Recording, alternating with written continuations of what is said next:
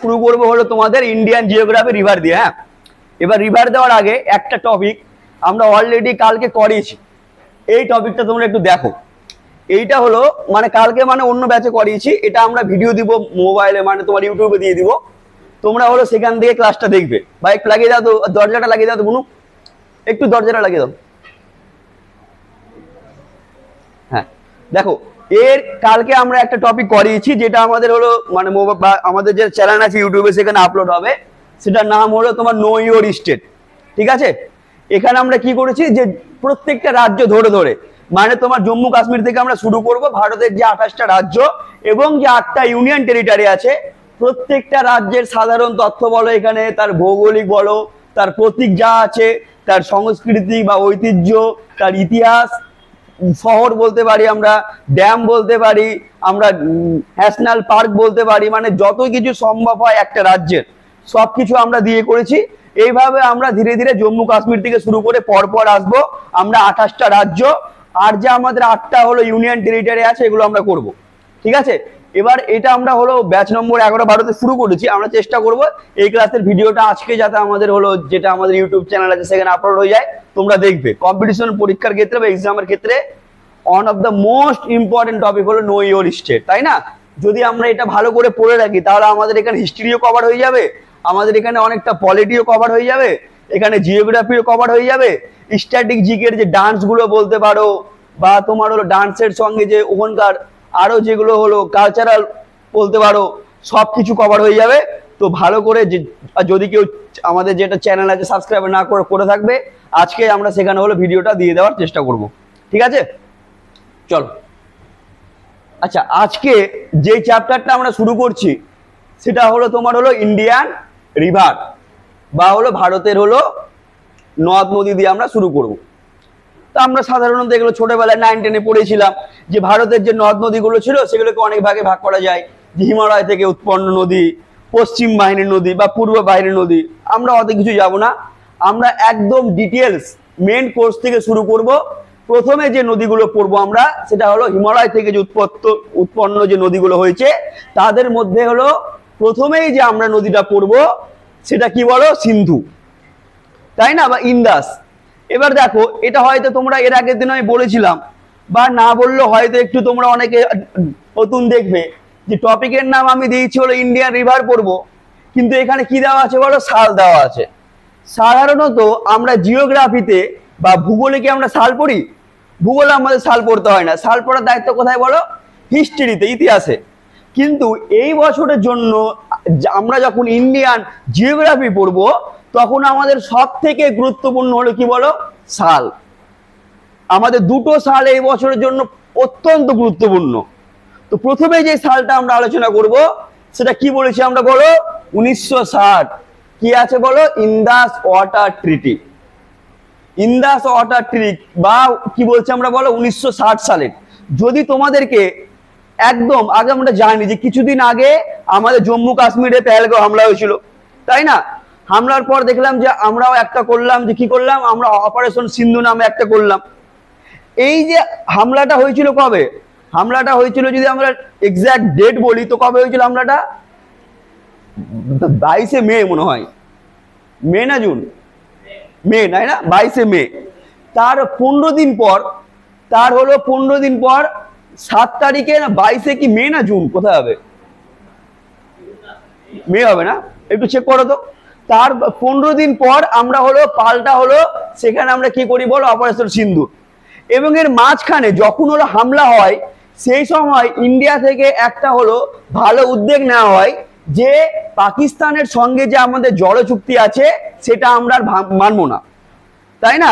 মানে এটা আমাদের যে দেশের প্রধানমন্ত্রী তিনিও এটা বলেছিলেন যে এপ্রিল না, হ্যাঁ 22শে এপ্রিল হলো হামলা হয়, তার 15 দিন পর হলো 7ই হলো মে হলো অপারেশন হলো সিন্দুর হয়, তাই না? এবং যখন হামলাটা হয় তার পরবর্তী সময়ে আমাদের দেশের প্রধানমন্ত্রী এটা ঘোষণা করেছিল যে ব্লাড অ্যান্ড ওয়াটার, মানে রক্ত এবং জল একসঙ্গে হতে পারে না। আমরা হলো আমাদের যে প্রতিবেশী দেশ পাকিস্তান জলের জন্য প্রায় সম্পূর্ণ ইন্ডিয়ার উপর নির্ভর, কারণ যে ইন্দাসটা হলো চায়না থেকে বা তিব্বত থেকে উৎপন্ন হয়ে ভারতের ওপর দিয়ে তোমার হলো পাকিস্তানে গেছে। আমরা এখানে তোমার হলো ছবিও দেখাবো একটু পরে, তাই না? তো ওরা যখন জলের ওপর, এবং আগের স্লাইড আসছি, আমি পড়াচ্ছি না, আসছি আমি জাস্ট। এবং আমরা দেখব যে পাকিস্তানের যে মেন পাঞ্জাব, তুমি দেখবে যে ভারতের যেমন যখন ভাগ হয় 1947 সালে, যেমন আমরা বাংলাকে ভাগ করি তেমন হলো পাঞ্জাবকে ভাগ করি। পাকিস্তানের বলতে পারো যে তোমার হার্ট অ্যান্ড সোল পাঞ্জাব। এবং পাকিস্তানের যে ঝামেলা ওদের দেশের মধ্যে, যে তোমার বালুচিস্তান বলো বা অন্য কারণে, এটাই মেন কারণ, এটাই যে বালুচিস্তানে কি থাকে, প্রচুর পরিমাণে মিনারেল পাওয়া যায়, সেখান থেকে মিনারেল নিয়ে আসে, এবং হলো সব থেকে যেটা উন্নত ওদের বলতে পারো যে তোমার প্রদেশ বলতে পারো, সেটা কোনটা বলো, পাঞ্জাব, তাই না? এবং পাঞ্জাব তোমার ফার্মারের জন্য বিখ্যাত, যেটা আমাদের ইন্ডিয়াতে আছে সেটাও, পাকিস্তানে সেটাও। এবং যখন তুমি ফার্মার বা ফার্মিং বা তোমার কৃষিকাজ করবে, তোমার কি লাগবে, জল।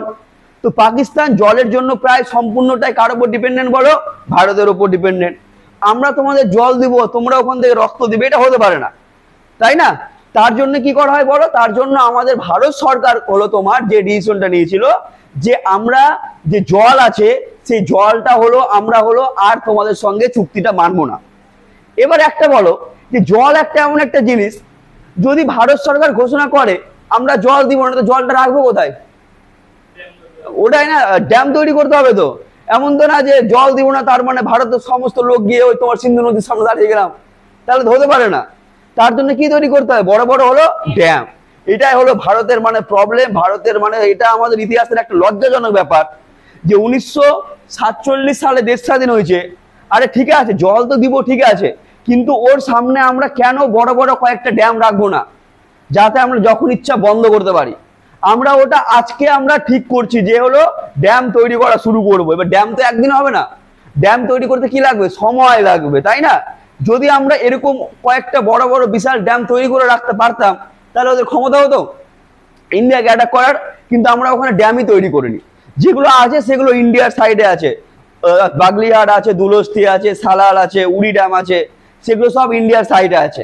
এখনো সেইভাবে যেগুলো ওপরের যেগুলো নদী আছে বলতে পারো তোমার ইন্দাস, ঝেলাম, ঝেলাম বলতে পারো, এগুলোর ওপর সেই হারে বিশাল ড্যাম নেই। তো আমরা হলো ধীরে ধীরে হলো ড্যাম তৈরি করব। তো এইখানে দেখো, প্রথমেই দেখো কি আছে বলে, এটা সিন্ধু জল চুক্তি বা ইন্দাস ওয়াটার ট্রিটি। পরীক্ষায় কোশ্চিন আসতে পারে, শোনো কোশ্চিন গুলো, কোন কোন দেশের মধ্যে ইন্দাস ওয়াটার ট্রিটি হয়েছিল? কি হবে তাহলে অ্যান্সার, ভারত আর পাকিস্তান। 2 নম্বর, ইন্দাস ওয়াটার ট্রিটি কোন নদীর ওপর হয়েছিল? তাহলে এটা বলে মানে কার উপর ভিত্তি করে, সিন্ধু নদী, হয়ে গেল এটা। 3 নম্বর, ইন্দাস ওয়াটার ট্রিটি কবে হয়েছিল? সেটা কি হবে, 1960 সালের। 1900 কত সালের বলো, 1960 সালে ইন্দাস ওয়াটার ট্রিটি হয়েছিল। যদি কোশ্চিন আরেকটু হাই লেভেলের দেয় যে ইন্দাস ওয়াটার ট্রিটি কার কার মধ্যে হয়েছিল, দেখো এটা কে আছে, জওহরলাল নেহরু আছে, এবং এটা কে আছে,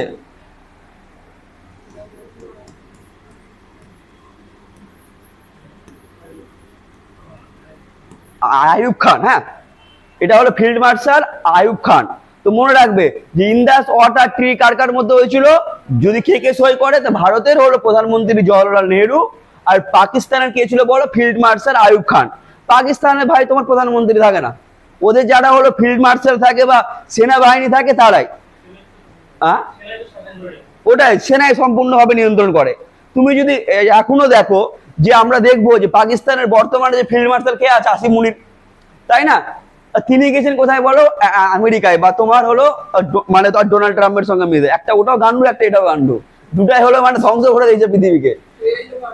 একদম একদম। আরে ভাই, যদি একটা দেশ অন্য দেশে যায়, তো তাদের যে প্রধানমন্ত্রী, পাকিস্তানের প্রধানমন্ত্রীর নাম কি এখন, শাহবাজ শরীফ, তাই না? তো পাকিস্তানের যে প্রধানমন্ত্রী শাহবাজ শরীফ, তার যাওয়া মানে সেই হিসাবে যাওয়া উচিত, এ মানে যাচ্ছে হলো ওখান থেকে হলো।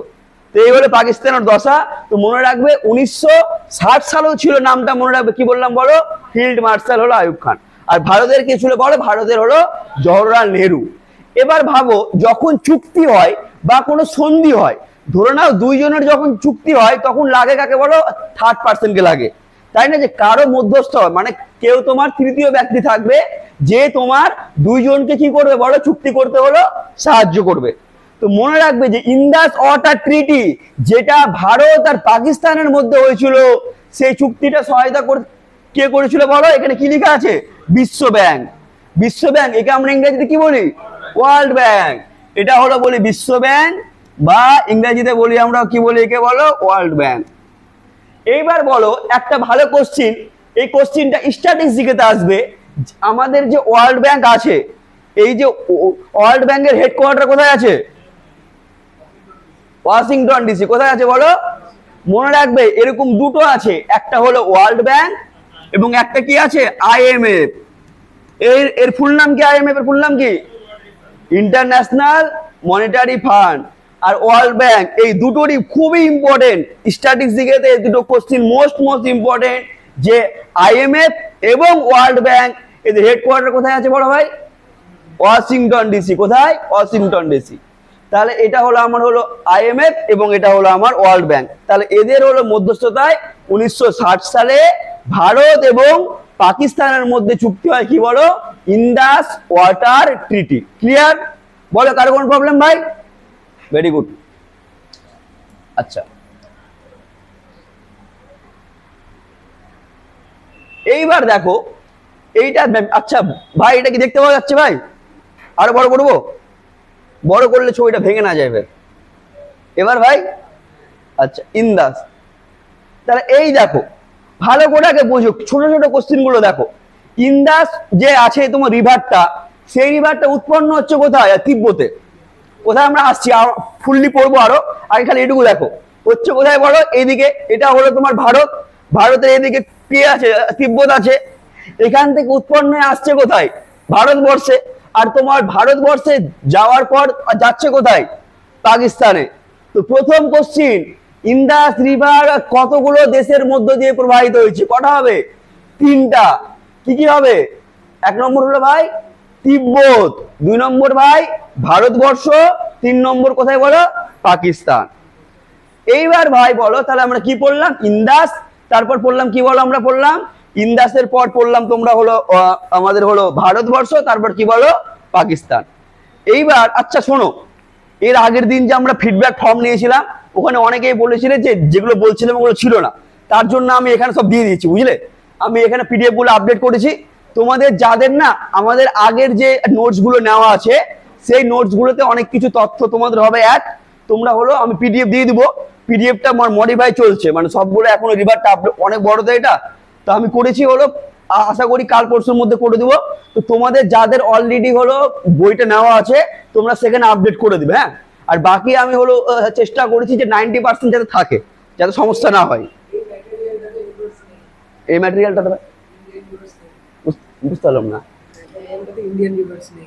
ওটা পার্ট 2 তে আছে, আমাদের পার্ট 2 তে আছে। ঠিক আছে, হলো এটা যেহেতু হলো সামনে তোমার হলো পরীক্ষা দিবে অনেকে, এবং ভূগোলের মধ্যে একটা হলো অনেকেরই পরীক্ষা আছে, এবং ভূগোলের মধ্যে ইন্ডিয়ান রিভারটা খুব গুরুত্বপূর্ণ, তো ওই জন্য এটা একটু মানে ইম্পর্টেন্ট টপিক আছে এটা, হলো এটা। আচ্ছা, এইবার আমরা পড়বো হলো সিন্ধু নদী বা ইন্দাস রিভার উৎপত্তি কোথায় হয়েছে? বলো ইন্দাস রিভার উৎপত্তি কোথায়? কোথায় গো?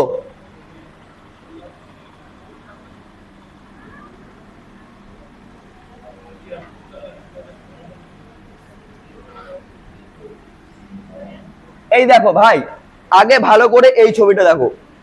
আগে বলো ভাই, কার ছবি এটা ভাই? কৈলাস পর্বত। কার ছবি বললাম? কৈলাস। তো আমরা জানি যে কৈলাস পর্বত কি আছে বলো? একটা ভাই মিস্ট্রি আছে, তাই না? কৈলাস পর্বতের উচ্চতা কত বলো তো? কৈলাস পর্বতের যে উচ্চতা বেশি না, মাত্র 6,800 সামথিং। কিন্তু কৈলাস পর্বতে বলা হয় যে এখনো পর্যন্ত মাত্র একজন করেছে, বলা হয়। বলা হয় যে কৈলাস যে পর্বত আছে, সেখানে এখনো পর্যন্ত মাত্র আমরা দেখতে পাই যে পৃথিবীর একজন ব্যক্তি তোমার হলো কৈলাস পর্বতে তোমার হলো চড়েছে, বলতে পারি আমরা।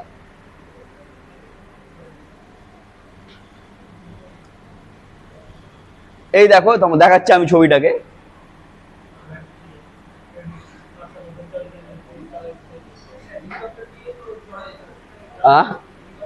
আরে ওই জায়গাটা অনেকটাই উঁচা, অনেকটাই খারাপ।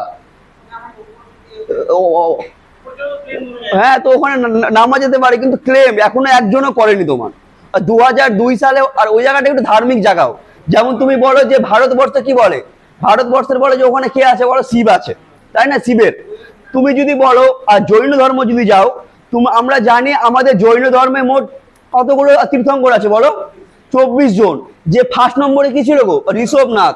তো যে আমাদের হলো ফার্স্ট নম্বরে যে ছিল ঋষভনাথ যে ছিল, বলা হয় যে তিনি সেখান থেকে মোক্ষ লাভ করেছেন।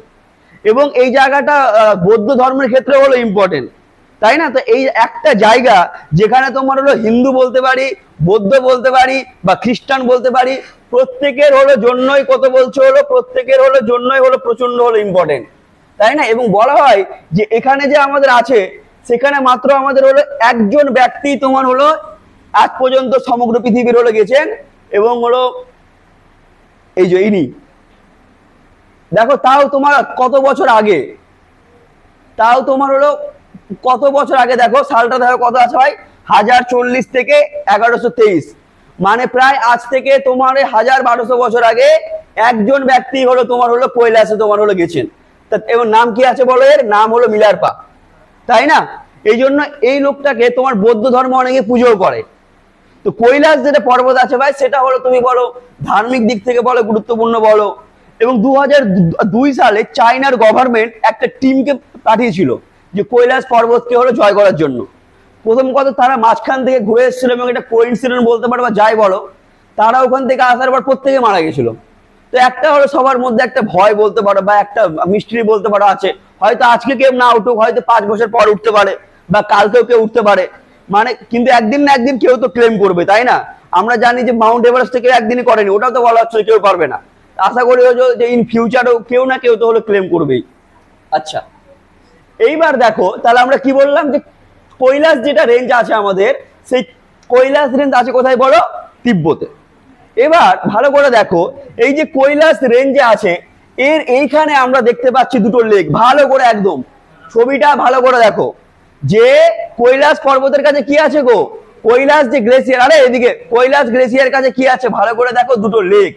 একটার নাম কি আছে বলো? মানস সরোবর। কি আছে বলো? একটার নাম বললাম হলো মানস সরোবর, আর একটার নাম কি আছে বলো? রাক্ষসতাল। তো এই যে মানস সরোবরটা আছে, ভালো করে দেখো, লেক মানস সরোবর। মানস সরোবরকে বলে তোমার পুণ্য, মানে এই জলটা তোমার হলো কি আছে বলো? পবিত্র জল বলা হয়। আর যে রাক্ষসতাল আছে না, এটা কি বলা হয় বলো? এখানে লেখা আছে লেক অফ ডেমন্স। বলা হয় যে আমাদের যে রামায়ণে যে কে ছিল বলো? রাবণ ছিল। সেই রাবণ তোমার তপস্যা করেছিল এখানে, ওই জন্য বলা এটা কি বল? রাক্ষসতাল। ওই রাবণ থেকে নামটা এসছে রাক্ষস, এবং কি বলা হচ্ছে বলো? Lake of demons. আসলে অ্যাকচুয়ালি কি হয়, এই যে জলটা আছে না, এই জলটা হলো ভাই আমাদের মিষ্টি জল। হ্যাঁ, এইটা হলো কি জল বলো? লবণাক্ত জল। এখানে মাছ টাছ কোনো জীবজন্তু এখানে থাকে না, তাই না? ওই জন্য কি বলা হচ্ছে বলো? রাক্ষসতাল, বা বলা হচ্ছে কি বলো? Lake of demons. তো ভালো করে মনে রাখবে যে আমাদের কৈলাস যে পর্বত বা কৈলাস হিমবাহর কাছে আমরা দেখতে পাচ্ছি, কৈলাস পর্বতের কাছে দুটো আমরা লেক দেখতে পাচ্ছি। এগুলো কিন্তু অনেকবার আসবে ইন্ডিয়ান রিভারে। একটা হলো মানস সরোবর, এবং একটা হলো তোমার রাক্ষসতেল। তো এই যে আমাদের হলো মানস সরোবর আছে, এখান থেকে উৎপন্ন হচ্ছে কে বলো? মানস সরোবর। কৈলাস পর্বতের মানস সরোবরের কাছে উৎপন্ন হচ্ছে হলো কি ইন্দাস রিভার।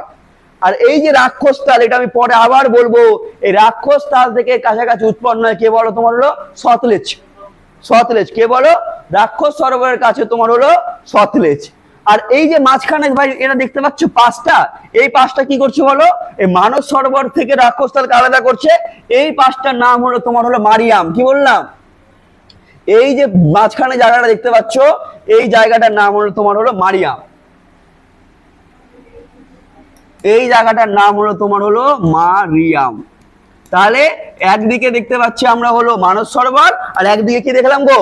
একদিকে দেখলাম তোমার হলো রাক্ষসতাল। তাহলে ইন্দাস রিভার উৎপন্ন হচ্ছে কোথায়? এইবার আমরা বলতে পারবো হলো যে আমাদের ইন্দাস রিভার কোথায় উৎপন্ন হচ্ছে? ইন্দাস রিভার আমাদের হলো কৈলাস। ইন্দাস রিভার তোমার হলো আমাদের, ভালো করে দেখো নামটা, খুবই ইম্পর্টেন্ট। হ্যাঁ, এই যে মানস সরোবর হ্রদ, তার মানে কৈলাস পর্বতের মানস সরোবর হ্রদের বোকারচু হিমবাহ থেকে উৎপন্ন হচ্ছে। ঠিক আছে?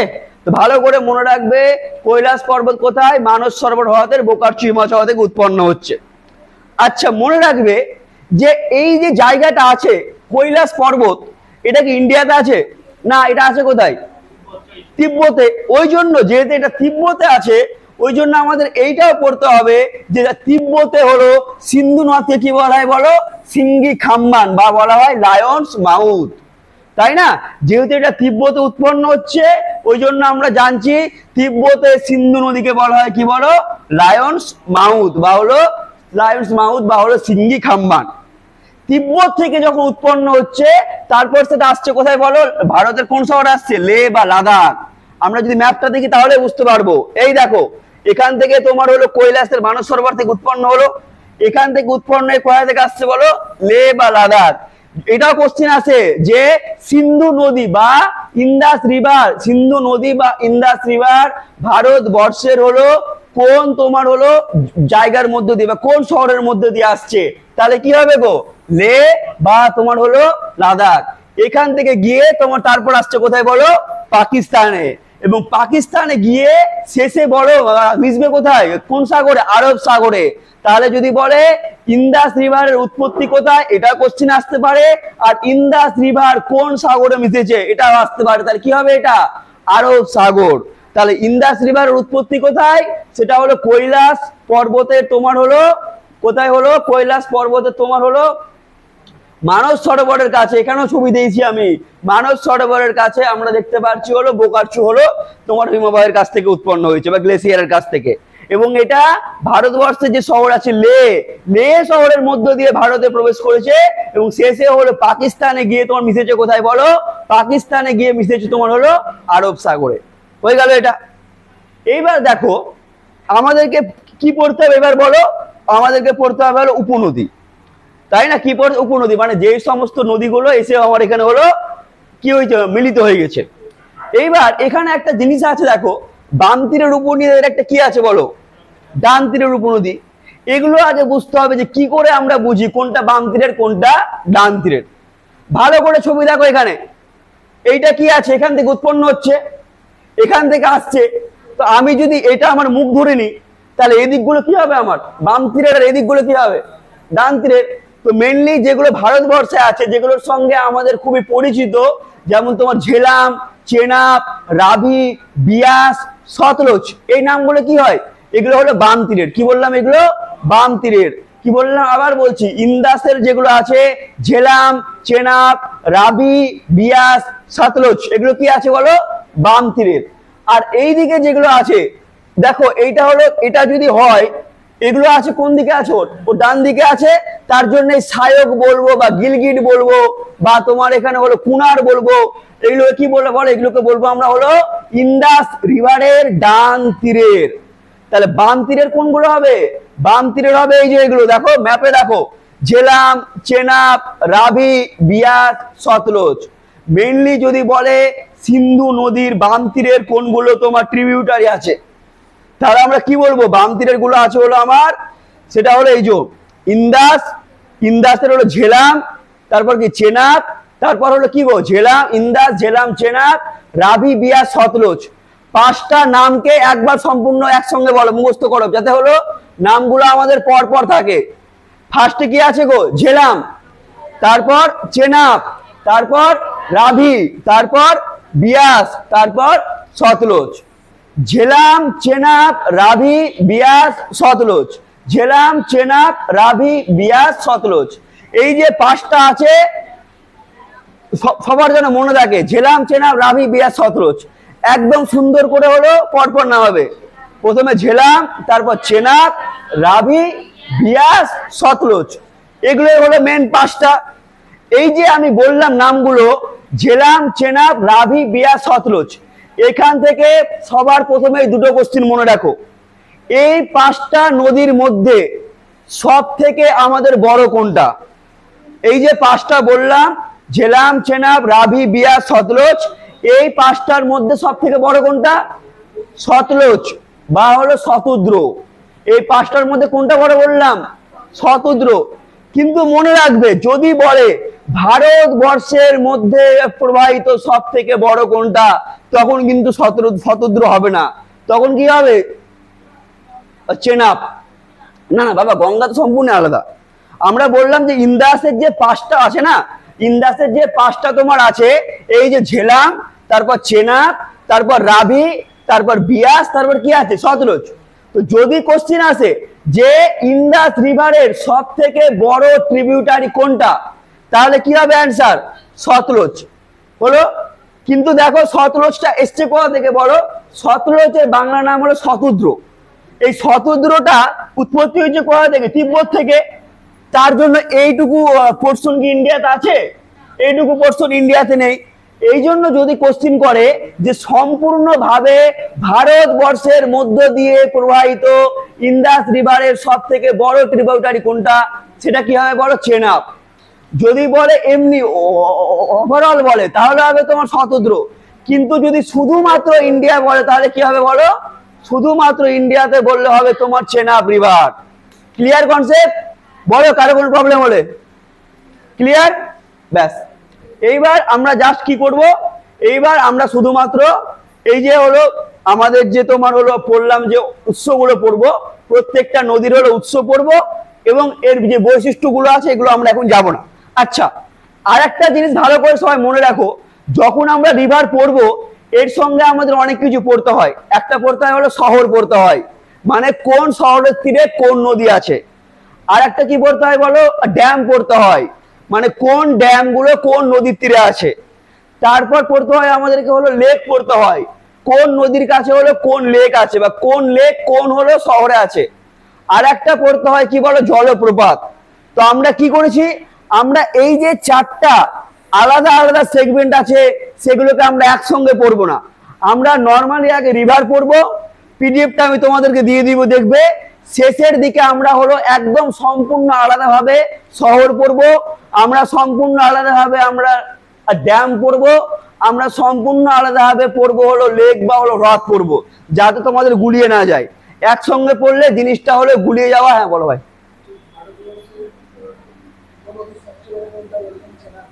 ভারতবর্ষের মধ্যে হলো চেনাব, আর এমনি ওভারঅল সতলুজ। আচ্ছা হলো ভাই, বুঝতে পারলে তো?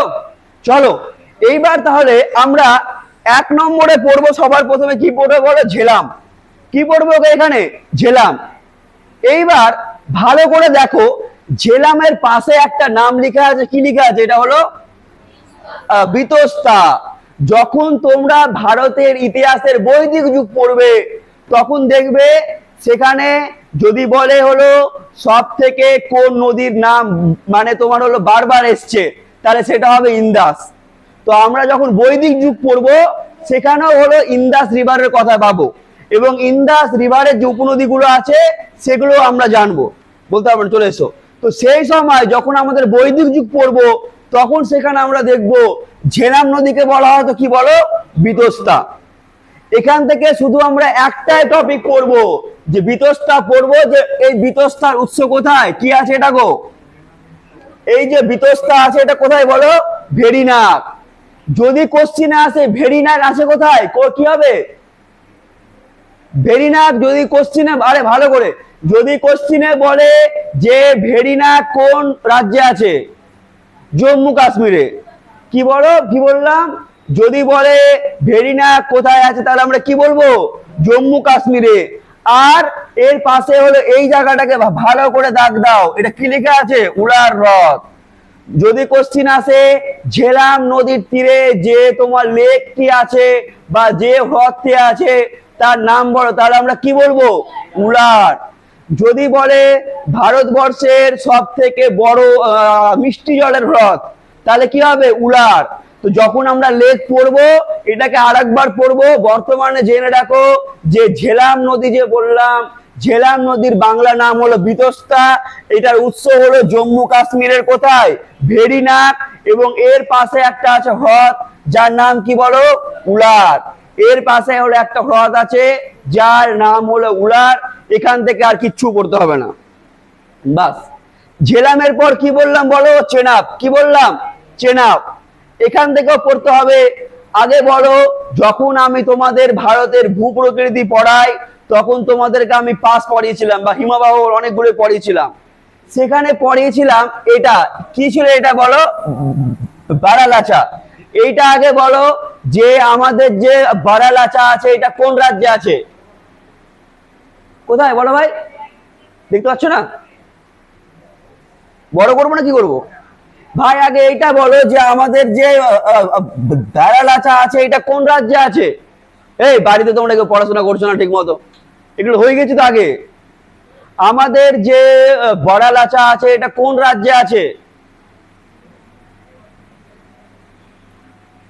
এই পড়াশোনা করলে ভাই, আরে হিমাচল প্রদেশ। কি বলেছিলাম, যেটা আমাদের বারালাচা আছে কোথায় আছে? বারালাচা আছে হলো আমাদের হলো কোথায় বলো? হিমাচল হলো প্রদেশ। আরে এগুলো পড়েছিলাম না, 1 নম্বর ছিল বারালাচা, 2 নম্বর ছিল শিবকিলা। মনে করে এইভাবে পড়েছিলাম যে মা একটা তোমার শিবকিলা বা হলো শিবকিলা, একটা বড় শিবকিলা, তাই না? তো হলো যেটা আমাদের বারালাচা বলতে পারো বা শিবকিলা বলতে পারো, এটা আছে কোথায়? এটা আছে আমাদের হিমাচল প্রদেশে। এবং এই যে আমাদের বারালাচা হিমাচল প্রদেশে আছে, এখান থেকে উৎপন্ন হচ্ছে কার বলো? চেনাব বা হলো চন্দ্রভাগা। এটা অ্যাকচুয়ালি দুটো নদীর মিলনে তৈরি, একটা চন্দ্র এবং ভাগা, এই দুটো নদী একসঙ্গে মিলিত হয়ে কি হয়েছে বলো? চন্দ্রভাগা। কিচ্ছু দরকার নেই, এক্সট্রা দরকার নেই পড়ার, শুধুমাত্র উৎসগুলো পড়ো। ঝেলামের বললাম ভেরিনাগ, ভেরিনাগ আছে জম্মু কাশ্মীরে, আর এখান থেকে একটাই পড়বে কোনটা বলে? উলার হ্রদ। 1 নম্বর গেল। 2 নম্বর চন্দ্রভাগা। চন্দ্রভাগার উৎপত্তি কোথায় হয়েছে গো? হিমাচল প্রদেশের বারালাচা। কি বললাম? হিমাচল প্রদেশের বারালাচা থেকে উৎপন্ন হয়েছে কি বলো? চন্দ্রভাগা। তাহলে ঝেলাম হলো, চেনাব হলো, তারপরে কি আসবে? রাভি। এই রাভি আর হলো বিয়াস, এই দুটো হলো একসঙ্গে পড়বে। কি বললাম? রাভি আর হলো বিয়াস একসঙ্গে পড়বে, কারণ যে রাভিও উৎপত্তি হয়েছে কোথা থেকে বলো? রোটাং পাস থেকে। আর বিয়াসও উৎপন্ন হয়েছে কোথা থেকে বলো? রোটাং পাস থেকে। তাহলে যদি বলে রাভি আর হলো তোমার হলো বিয়াস, এই দুটির হলো তোমার উৎপন্ন হয়েছে কোথা থেকে বলো? রাভিরও উৎপত্তি হয়েছে আমার রোটাং পাস থেকে, আর বিয়াসের উৎপন্ন হয়েছে কোথা থেকে বলো? রোটাং পাস থেকে। হয়ে গেল। তাহলে লাস্টে পড়ে থাকলে কোনটা বলো? একটা, কি নাম? সতলজ। কি নাম বললাম? সতলজ। আর সতলজের বাংলা নাম কি হয়? শতদ্র। এইটা তো আমি তোমাদেরকে ফার্স্টেই দেখালাম যে শতদ্র যেটা নদীটা আমাদের উৎপন্ন হয়েছে সেটা কোথা থেকে বলো? শতদ্র নদী হলো উৎপন্ন হয়েছে তোমার হলো এই রাক্ষসতাল থেকে। যদি বলে শতদ্র নদী কোথা থেকে উৎপন্ন হয়েছে বলো? এই যে দেখতে পাচ্ছ, শতদ্র নদী আমার উৎপন্ন হয়েছে কোথা থেকে বলো? রাক্ষসতাল থেকে।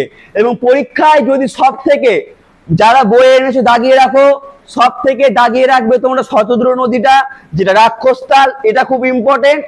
আর একটা দাগিয়ে রাখো তোমার ঝেলাম নদীটা, ঝেলাম নদীর হলো উৎপত্তিটা দাগিয়ে রাখো। আর এই যে আমাদের হলো শতদ্র নদীটা আছে, শতদ্র নদীটা দাগিয়ে রাখো। এই দুটো হলো এখানকার থেকে মোস্ট মোস্ট ইম্পর্টেন্ট টপিক। আচ্ছা আচ্ছা, এগুলো তো বললাম। আর ডান তীরের গুলো সায়ক, গুঞ্জা, গিলগিট। আচ্ছা আচ্ছা ভাই বলো, হয়েছে? এইবার সবাই তাকাও আমাদের বোর্ডের দিকে। একটা কোশ্চিন আছে, একটু হলো তোমার ট্রিকি টাইপের কোশ্চিন। সেটা হলো এইটা কি লেখা আছে? এটা ভাই কিষান গঙ্গা। এই কোশ্চিনটা এসেছিল, হ্যাঁ একবার তোমার হলো, তো তোমার একবার হলো এখানে এসছে ইউপিএসসি 1995, একবার তোমার সিজিএলও এসছে। যদি বলে যে তোমার কিষান গঙ্গা কোন নদীর কি আছে বলো? উপনদী। তো যেহেতু শেষে কি আছে গো? শেষে হলো তোমার লেখা আছে গঙ্গা, তার জন্য আমাদের মনে হতে পারে যে আমাদের যেটা কিষান গঙ্গা আছে সেটা কি আছে বলো? গঙ্গা নদীর উপনদী, কিন্তু এটা অ্যাকচুয়ালি না। এই দেখতে পাচ্ছ এখানে ভাই, এখানে কি লেখা আছে? কিষান গঙ্গা। ভাই এবার কি লেখা আছে এটা গো? কিষান গঙ্গা। তো ভালো করে মাথার মধ্যে ঢুকিয়ে নাও যে তোমাদের যেটা কিষান গঙ্গা আছে সেটা কিন্তু আমাদের গঙ্গা নদীর উপনদী নয়। সেটা কোন নদীর উপনদী? সেটা হলো কার বলো? তোমার হলো, সেটা হলো তোমার হলো আমাদের ইন্দাস। যেটা হলো কিষান গঙ্গার সঙ্গে গঙ্গা নদীর কোনো সম্পর্ক নেই। এটার সঙ্গে কার সম্পর্ক? এটার সঙ্গে হলো ইন্দাস যে রিভার আছে তার সঙ্গে। যাদের তোমাদের যেটা আছে নোট সেগুলো লিখে নাও, বুঝলে? এগুলো না ইনফরমেশন, এগুলোকে আপডেট করেছে, হ্যাঁ এগুলো আপডেট করা হয়েছে। তাহলে কিষান গঙ্গা কি বললাম? কিষান গঙ্গা যেটা আছে সেটা হলো কোন নদীর বলো? কিষান গঙ্গা তোমার হলো ইন্দাস বা সিন্ধু নদীর। ব্যাস। আচ্ছা আচ্ছা, আর একটু টপিক আছে ভাই। এইবার দেখো তোমাদেরকে যেটা আমি বললাম, যদি বলে এই যে হলো 5টা উপনদী আছে, সব থেকে তোমার বড় কোনটা, কি হবে অ্যান্সার? শতদ্র। কিন্তু আমি দেখালাম যে শতদ্র যে যে নদীটা আছে সেটা কি সম্পূর্ণ ভারতবর্ষে আছে? নাই। ওই জন্য যদি বলা হয় সব থেকে 1 নম্বরে হলো শতদ্র, যদি বলে এমনি ওভারঅল। কিন্তু যদি কোশ্চিনে বলে যে ভারতবর্ষের মধ্য দিয়ে প্রবাহিত সব থেকে সিন্ধুর বড় উপনদী কোনটা, তো অ্যান্সার কি হবে? অ্যান্সার হবে কি বলো? চন্দ্রভাগা। যদি বলে ভারতবর্ষের মধ্য দিয়ে প্রবাহিত সব থেকে বড়, তাহলে অ্যান্সার কি বললাম গো? অ্যান্সার বললাম হলো চন্দ্রভাগা। আচ্ছা, লাস্ট টপিক আজকের মতো আমাদের ইন্ডিয়ান জিওগ্রাফির, সেটা হলো এই শব্দটাকে ভালো করে মনে রাখো, মোস্ট ইম্পর্টেন্ট। বাংলায় কি আছে গো? অগ্রবর্তী নদী। আর ইংরেজিতে কি আছে? Antecedent river. বাংলায় হলো অগ্রবর্তী, আর ইংরেজিতে কি বলছি বলো? অ্যান্টিসিডেন্ট। ভাই তোমরা যদি এই শব্দটাকে শুধু নিয়ে নাও, তোমাদের সম্পূর্ণটাকে নিতে হবে না। ধরে নাও তোমরা হলো শুধু এইটুকু নিলে, তাহলে এইটুকু কি লেখা আছে গো? কি লেখা আছে? এটুকু অগ্র। এটার মানে কি? অগ্র মানে আগে। এটাও তাই, যে সমস্ত রিভার হিমালয়ের উৎপত্তির আগে উৎপন্ন হয়েছে, পরে মাঝখান দিয়ে হিমালয়কে হলো পাস হয়ে চলে গেছে, তাদেরকে আমরা কি বলছি বলো? Antecedent river. পরীক্ষায় খুব মোস্ট ইম্পর্টেন্ট কোশ্চেন আছে, যে 4টা অপশন দিয়ে বলবে এদের মধ্যে কোনটি একটি অ্যান্টিসিডেন্ট রিভার বা অগ্রবর্তী রিভার। যাদের নোটসে নাই, নোটসে ভালো করে লিখে রাখো বা বাড়িতে লিখে দিবে। 1 নম্বরে কি হবে গো? ইন্দাস। 2 নম্বরে কি হবে? শতদ্র। 3 নম্বরে কি হবে? ব্রহ্মপুত্র। আর 4 নম্বরটাকে দেখো আমি কি লাগিয়ে রেখেছি এখানে বলো? স্টার চিহ্ন। কেন? কারণ আমরা জানি যে আমাদের যে গঙ্গা রিভার উৎপত্তি কোথায়? গঙ্গোত্রী হিমালয়ের। তো গঙ্গোত্রী হিমালয়ের গোমুখ তোমার গ্লেসিয়ার থেকে। এবার গঙ্গা নদীর উৎপত্তি আমরা বলছি হলো গঙ্গোত্রী হিমালয়ের গোমুখ গ্লেসিয়ার থেকে। এবার যেটা আমাদের অ্যান্টিসিডেন্ট রিভার বা অগ্রবর্তী রিভার, এটা মানে কি বলছি আমরা? যে হিমালয়ের উৎপত্তির আগে। এবার গঙ্গা নদীর উৎপত্তি হচ্ছে হিমালয় থেকে। তো যদি তোমার হিমালয় না হয়, তো গঙ্গা নদী কোথা থেকে উৎপন্ন হবে? কিন্তু বর্তমানে বিজ্ঞানীরা দেখছে না, এটা ভুল। আমাদের যে তোমার গঙ্গা নদীর উৎপত্তি অনেকটাই আগে। তো তোমরা ভালো করে অপশন দেখবে, যদি তোমাদের কোশ্চিনে অপশন থাকে সিন্ধু নদী, তাহলে সিন্ধু নদী নিবে। যদি অপশনে থাকে শতদ্র, তাহলে কি নিবে? শতদ্র নিবে। যদি অপশন থাকে ব্রহ্মপুত্র, ব্রহ্মপুত্র নিবে। আর যদি এই 3টা না থেকে থাকে তোমার হলো গঙ্গা নদী, ধরো না 4টা অপশন দিল, একটা গঙ্গা, একটা কৃষ্ণা, একটা কাবেরী, আর একটা তোমার গোদাবরী, সেই ক্ষেত্রে তোমরা কোনটা নিবে বলো? গঙ্গা নদী।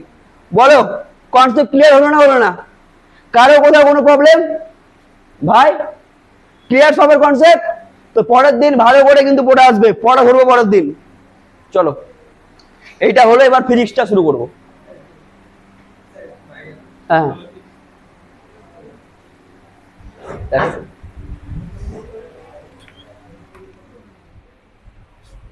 সৌরভ ভাই বন্ধ করে দেখো এটা।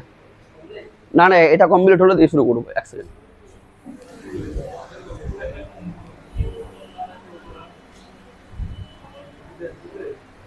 এটা বন্ধ করে দাও।